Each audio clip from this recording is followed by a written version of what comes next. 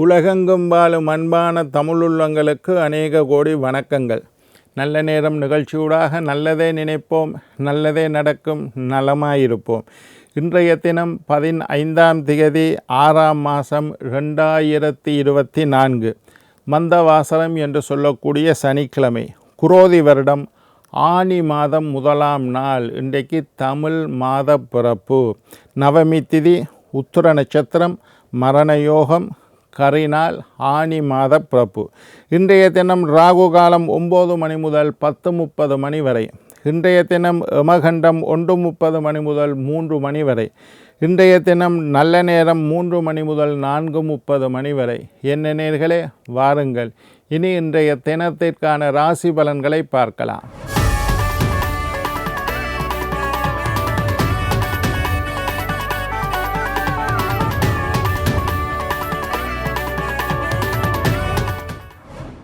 மேஷம் ஊக்கம், ரிஷபம் அமைதி, மிதுனம் ஈகை, கடகம் ஓய்வு, சிம்மம் மறதி, கன்னி தடம், துலாம் பகை, விருச்சிகம் சஞ்சலம், தனுசு தடை, மகரம் வரவு, கும்பம் ஜெயம், மீனம் ஆசை.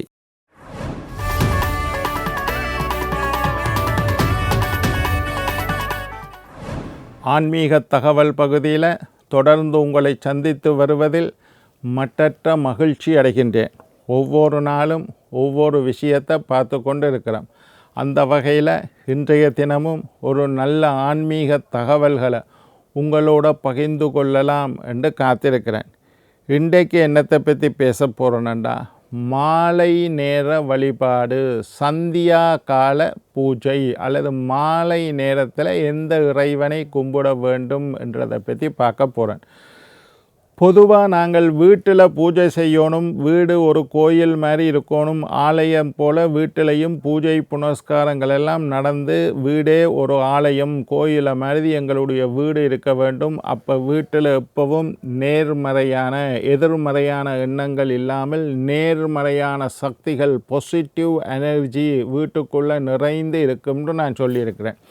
வீட்டை எப்பவும் சுத்தமாக வச்சுருக்கணும். அழுக்கு துணிகள் வீட்டில் அங்கங்கே போடக்கூடாது, அதற்கொண்டு ஒரு இடத்தை வச்சு போட்டிருக்கணும். வீட்டில் நாற்றம் வரக்கூடாது, எப்பவும் வீடு வாசனையாக இருக்கணும். வீட்டில் தீபம் ஏற்றணும், கற்பூரம் காட்டணும், சாம்பிராணி போட்டு தூபம் ஏற்ற வேண்டும். வீட்டுக்கு பன்னீர் தெளிக்க வேண்டும். வீட்டில் ஊதுபத்தி வாசம், சாம்பிராணி வாசம், வீடு நல்ல வாசமாக இருக்க வேண்டும். வாசமாக இருக்கக்கூடிய இடத்துல, சுத்தமாக இருக்கக்கூடிய இடத்துல, புனிதமாக இருக்கக்கூடிய இடத்துல மகாலட்சுமி வாசம் செய்வார். வீட்டில் துர்நாற்றம் வந்ததாக இருந்தால் அந்த இடத்துலேருந்து லட்சுமி விலகி விடுவார். வீட்டில் புனிதத்தன்மை கெட்டுப்போனால் அந்த இடத்துலேருந்து லட்சுமி போய்விடுவார். வீடு ரொம்ப சுத்தமாக இருக்க வேண்டும். அசுத்தமாக உள்ள இடத்தில் மகாலட்சுமி இருக்க மாட்டார். அப்போ எந்த தெய்வமாக இருந்தாலும் வீடு நல்லா வச்சுருக்கணும். வீட்டில் காலையும் மாலையும் பூஜை செய்ய வேண்டும். காலையில் சூரிய உதயம், அதுவும் சந்தியா காலம், சூரியன் உதயமாகக்கூடிய நேரத்தில் தீபம் ஏற்றி தூபம் ஏற்றி சூரியனை வழிபாடு செய்து எல்லா தெய்வங்களையும் வழிபாடு செய்ய வேண்டும். அதே மாதிரி இன்றைக்கு என்னத்தை பார்க்குறோம்னா, சூரியன் மறையக்கூடிய சந்தியா காலம்னு சொல்கிறோம். சூரியன் அஸ்தமனமாகக்கூடிய நேரம்.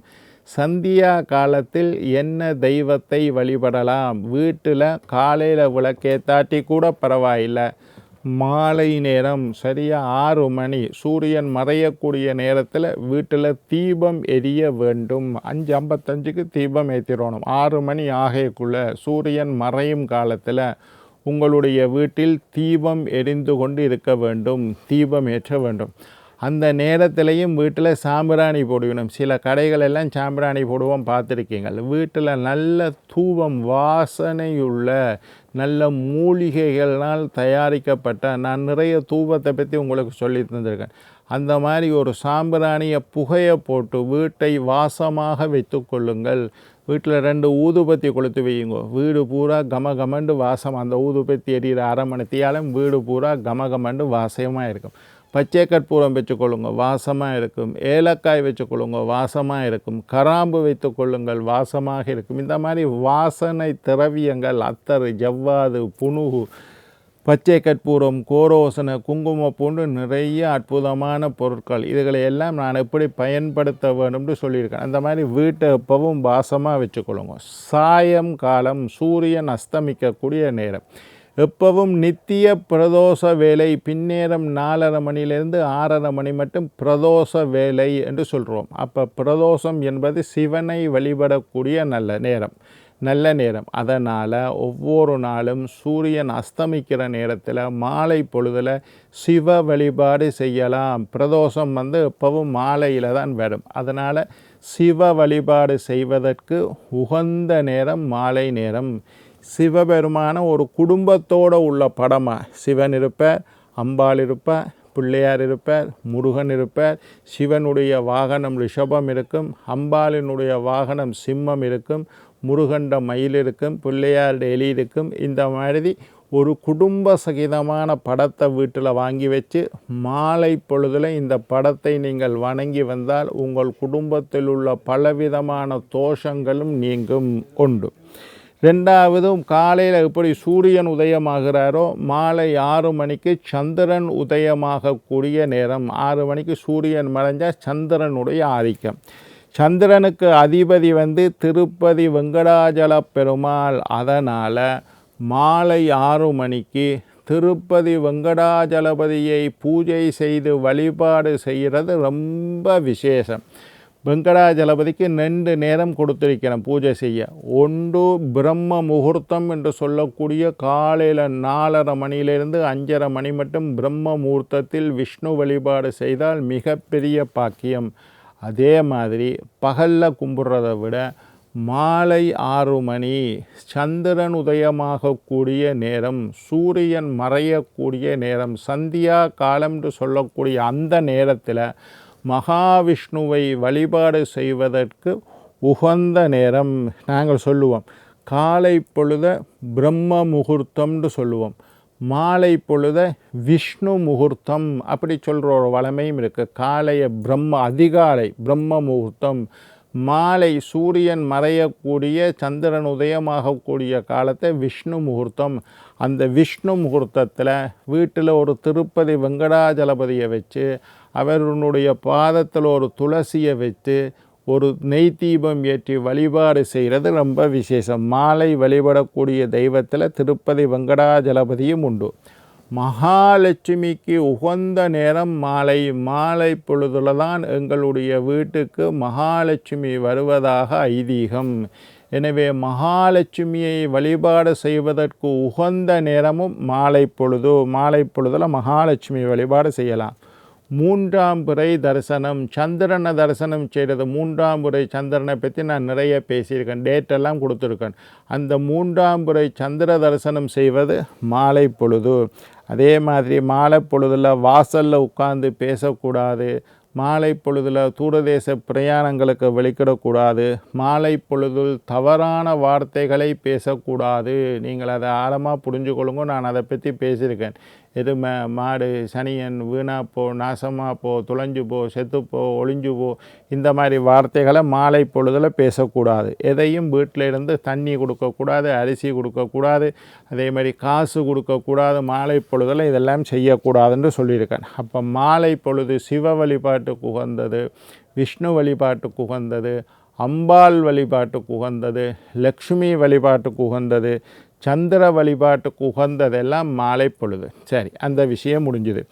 எங்களுடைய சக்தி டிவியின் ஃபேஸ்புக் வழியாக பல பேர் எண்ணற்ற ஆன்மீகம் சம்பந்தமான, ஜோதிடம் சம்பந்தமான கேள்விகளை கேட்கலாம். சக்தி டிவியோட ஃபேஸ்புக்கு போனால் அதில் நல்ல நேரம் நிகழ்ச்சியினூடாக நீங்கள் எண்ணற்ற ஆன்மீகம் சம்பந்தமான, ஜோதிடம் சம்பந்தமான, வாஸ்து சம்பந்தமாக உங்களுடைய பிரச்சனைகளுக்கு ஆன்மீகம் சம்பந்தமான ஜோதிட ரீதியான தீர்வுகளை நான் தருவதற்காக கேள்விகளை கேட்கலாம்.